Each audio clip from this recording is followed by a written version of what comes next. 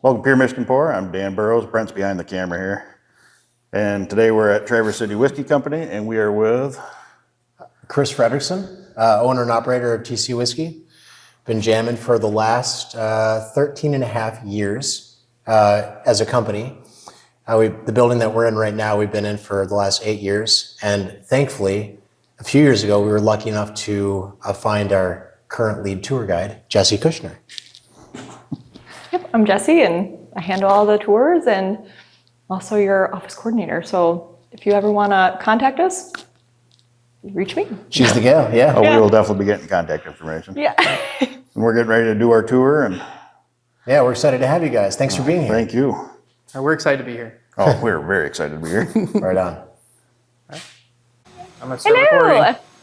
This is my shipping team, my logistics people.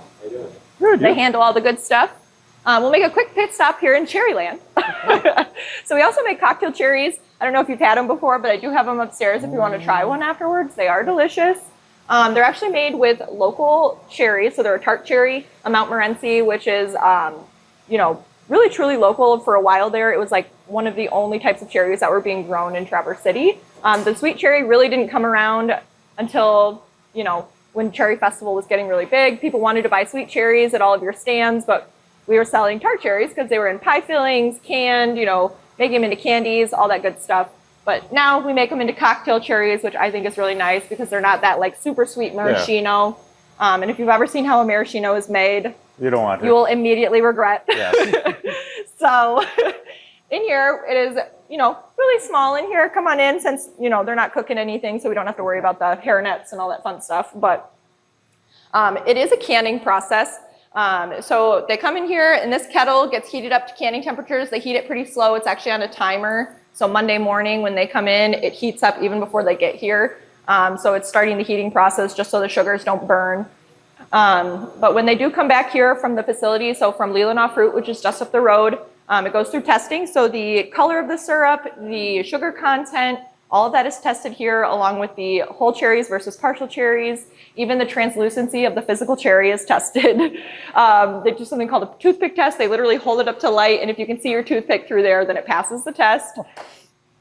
Yep, otherwise, they go back and they're not up to par. So they come in here, they get heated up in the big kettle.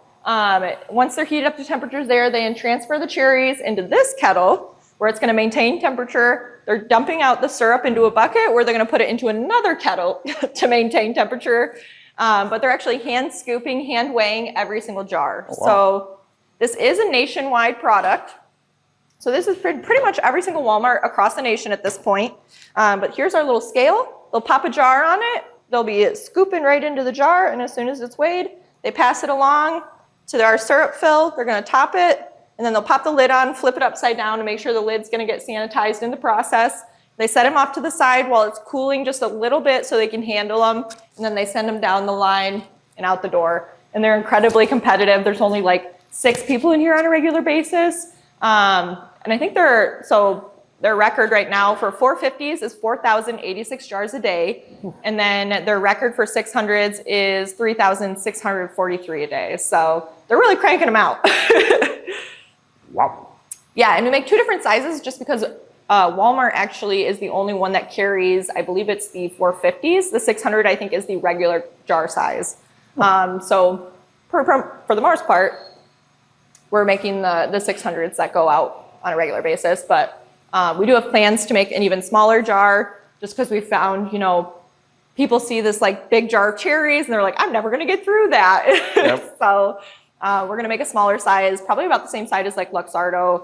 They have like, Okay. their jar sizes, I think a little bit smaller than that. I don't know the exact grams, but yeah. So we like to, stay true to, our culture, but also make a really delicious cocktail cherry. Absolutely. Yeah, we can definitely try some when we get upstairs. I honestly don't know if I've ever had one.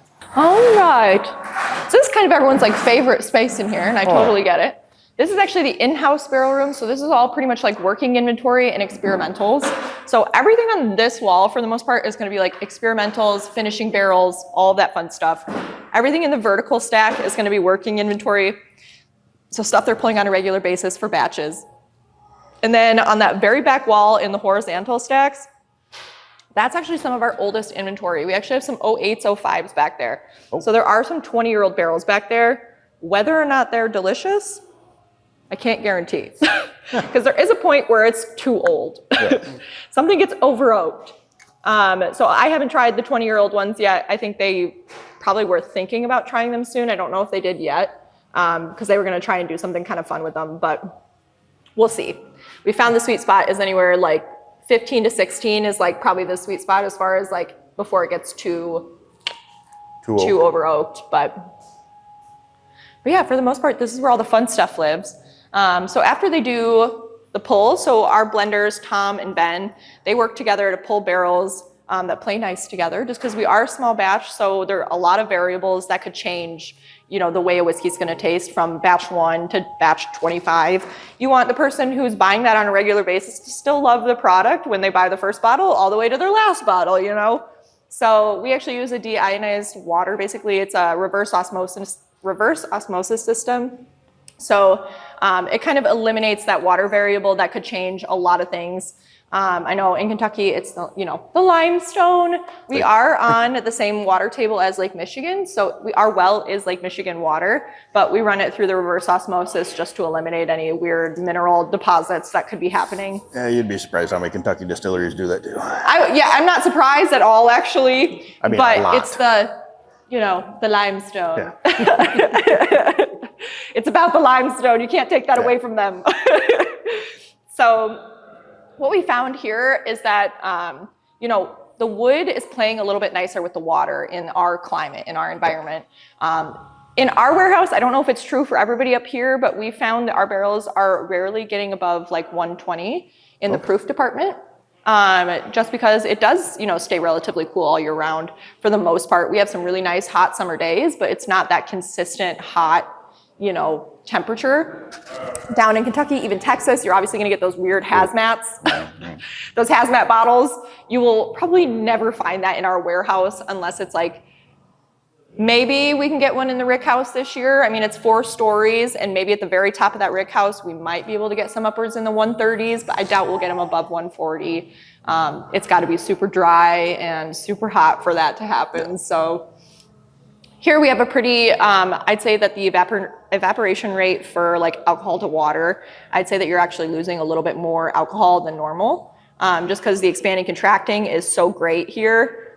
Even those freezing temperatures, that barrel is like getting super cold, and then as soon as it warms back up, it's letting everything out. So we found the wood is playing a little bit nicer with the water, and we're not stripping our barrels bare. So they have a better chance. They might not be, imparting all that flavor more quickly, but they are, long run, it's not stripping our barrel, and we have a longer life with them. So that's what we found anyway. I don't know about any of the other local distilleries, but we don't keep this room heated at all. It's pretty chilly in here. It kind of just, is the way it is. But the rick house is obviously unregulated. There's no heat, no humidity control. It's all just kind of open. Other than that ventilation system that I talked about, it's all exposed.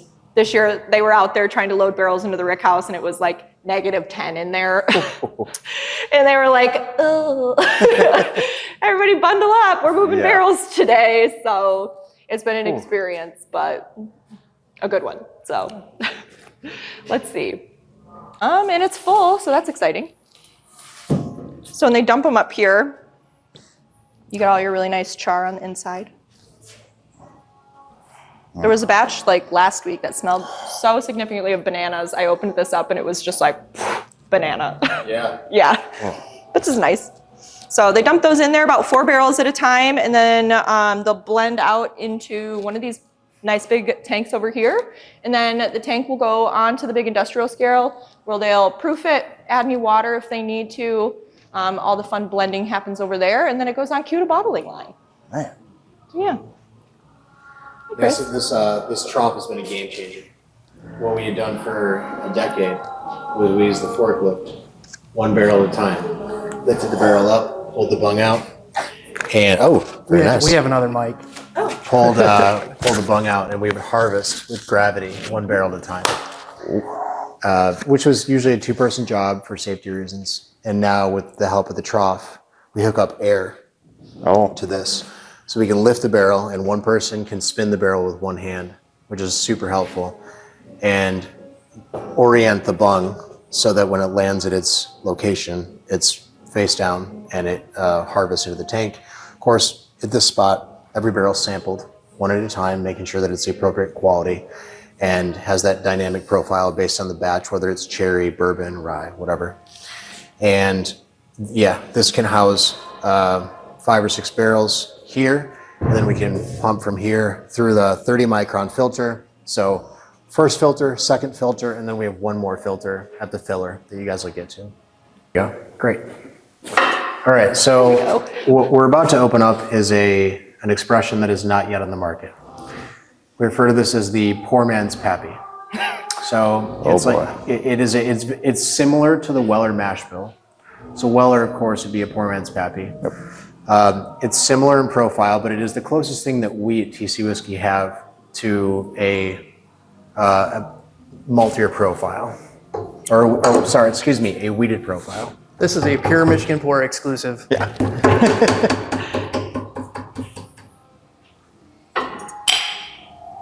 Look at that. Oh, I gotta get on that. Don't want to lose our nail. Thank you. So this is not yet on the market, and it's something that this wheated bourbon is something that we're excited to release. This was distilled in 2017. It is, I'm guessing we will tease it a little bit this year in the tasting rooms, not in the mass market. Right now we're distributed in 30 states. So we're quite selective about where things go and when. And this wheated bourbon it's very unique. You know, most of our products are made with our straight bourbon. The bourbon, the fruits, cherry, peach, and apple, our barrel proof bourbon, it accounts for more than 80% of our total volume in house. So we're big into bourbon with the rye and barley, but with wheat, it adds a nice layer to that profile. Yeah, a little breadier, a little sweeter. Yep.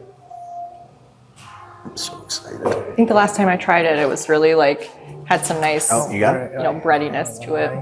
Oh. All right, I'm gonna do this off camera, but I'm gonna do this off camera. Cool. Cheers, fellas. Cheers.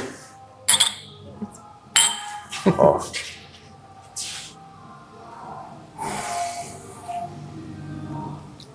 Ooh, I think it's a little sweeter than the last time. oh, Actually. oh. Yeah. Yep. Sweet bread. what's your reaction, Dan? Same as every other one I love. That is. He's very clear. He doesn't discriminate. So No, we don't discriminate. So this That is about fantastic. 7.5 years old. Its birthday is in November. Remember what? November 6th. I'm November 1st. I'm the 14th. Yeah. Dear Eve. Yep. I'd say this was probably right in that like 115 to 120. 113, 114. Yep. Clocking in just over 110. This isn't perfectly accurate. This is the quick version. Yep. We also have the desktop version that's hyper accurate. This is usually within a few proof points. Yeah, we're at 110.1. And I agree. Typically, we'd see it closer to 115. Yeah. It's nice though. It's That is. Oh, for barrel proof. I'm like, I could sit Yeah. on that for a while. Yeah. The poor man's pappy is for me.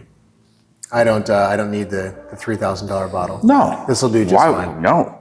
I had somebody on a tour a couple weeks ago, and he was like, "Oh, I was at this bar with somebody, and he was talking about how he bought a shot of Pappy, and I was like, told me how much he paid for it, and I was like, almost like passed out behind the bar. I was like, oh my god."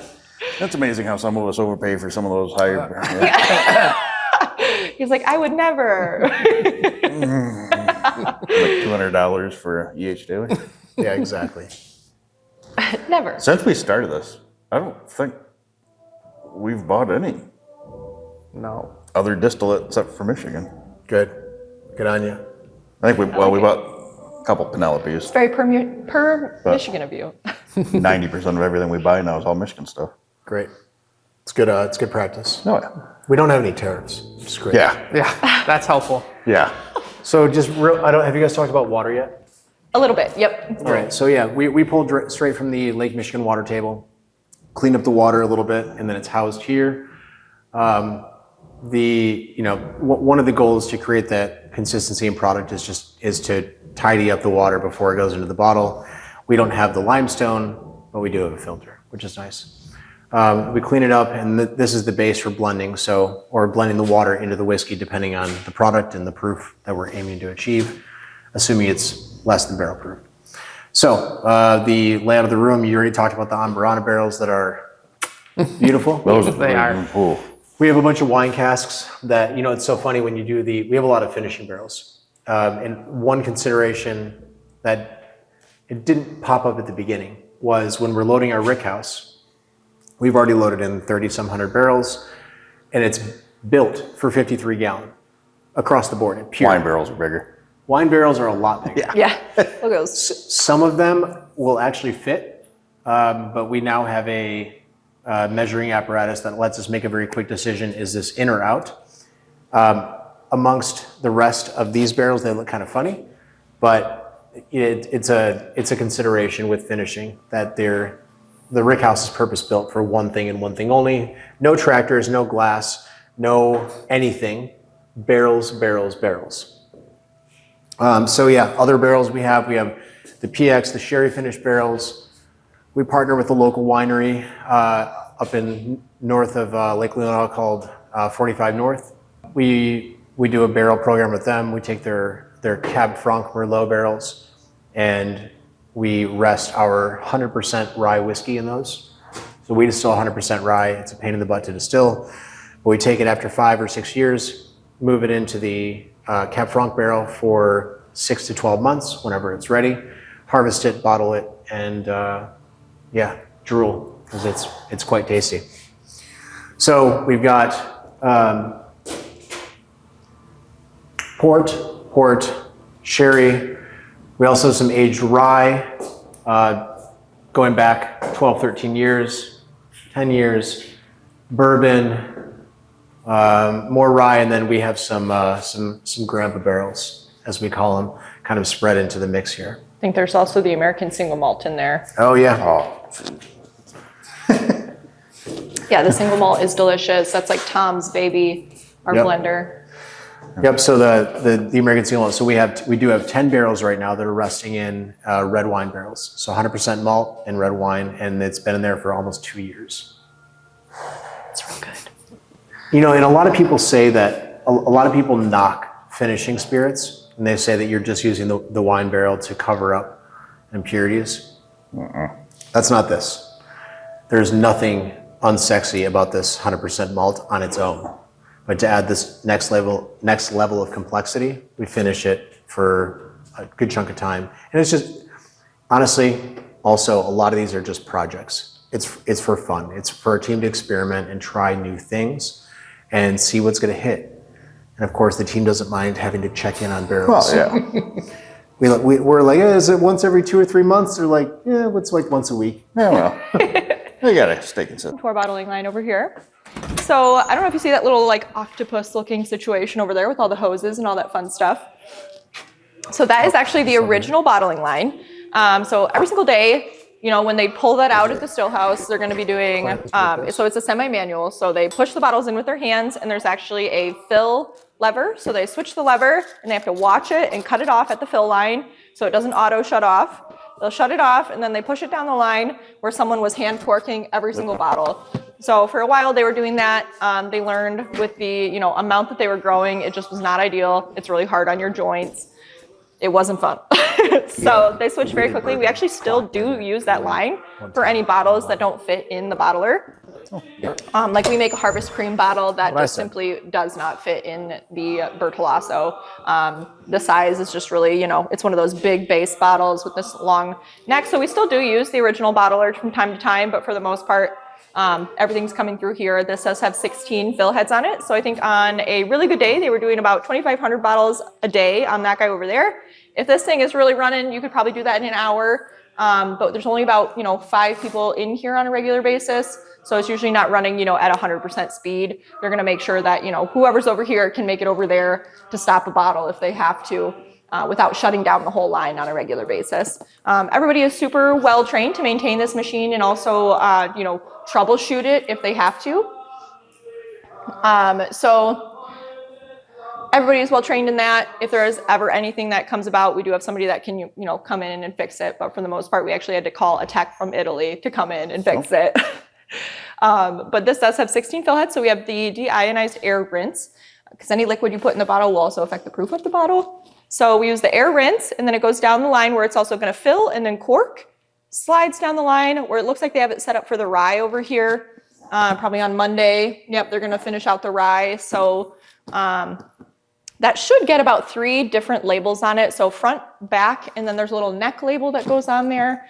And then it sends it down where the Omar is going to give you that little plastic sleeve that goes, right over the top. Make sure no one's been in your whiskey before you. But if it doesn't get the plastic sleeve, because it's a barrel proof item, it gets the wax top. We call that finishing work. So all of that finishing work is done by hand right here. So they actually pull these tables out into the middle of the floor where they set up our wax pot. So there's one person who's going to be putting on the little tabs on the top. So they hand put on the little, the little pull tab. So nice to have that. It's very time consuming. So that finishing work can take, a week at a time per skid here. So they'll put on the little top. They'll send it down where someone's going to write on the label. So we actually hand write on all of our barrel proofs. Let me grab an example here. I have a couple out. So this is the barrel proof rye. So someone puts on the little tab here at the top, and then it goes down the line where someone's going to write on it. So the year, the ABV, and if it's single barrel, what bottle it is out of how many. And then if it's a barrel pick, so if a whiskey club or a liquor store came in and they wanted to do a barrel pick, then we actually work with them to make a special label that we put those on by hand as well. This is called a pewter. It is actual metal. So we put those all on by hand. And just based on your logo, what you want it to say, we'll put that on there. But then from there, it goes to the waxing. The waxing is a little meticulous. So Maker's Mark being like the most famous wax dip, obviously, with the dripping. They actually patent that drip, so you cannot have any dripping on your bottle. Oh, man. Of course they did. Yes, they are very particular about that. They will kindly ask you not to do that.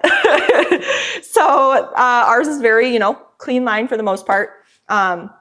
Everybody is well trained to do that. And obviously not everybody can write on the bottle. So everybody has to give a little writing sample if they're in there to make sure it's legible. But then the dipping is a little practice. So you go straight into the wax pot, pull it out, about 45-degree angle. You just spin, spin, spin until it starts to kind of, top off a little bit. You sit it up, give it a little smack, and into a bucket of water to help set the wax. And then you set it off to the side to kind of make sure it's done. Because even at that point, you could stick your thumb in the top and you have a nice little thumbprint. So those guys sit off to the side until they're cool enough to box up and send out the door. But, takes some time. And I honestly really love that we still are able to put that human touch on a bottle. Super hands-on here. Yeah. Just put a little, I like that it's that way. We do have a waxing machine that we're kind of playing with a little bit, but we haven't quite, tweaked it enough that it's working. It's not giving us the dip we want. And obviously you can't have any drips on your bottle. So it does make it a little bit harder to automate the process if we could. But I personally really like that we don't. I know it, takes out the time that you have for bottling because our team, if they're doing the finishing work, they're not doing the bottling. So it does, you have to schedule it a certain way, but that's John's job. He, makes sure everybody's running, smoothly on a regular basis. And lately it's been, all hands on deck as far as getting barrels into the rick house. Yep. So if there's a day where there's a barrel truck coming, they're dropping everything here and going loading barrels into the rick house. So it's all hands on deck some days.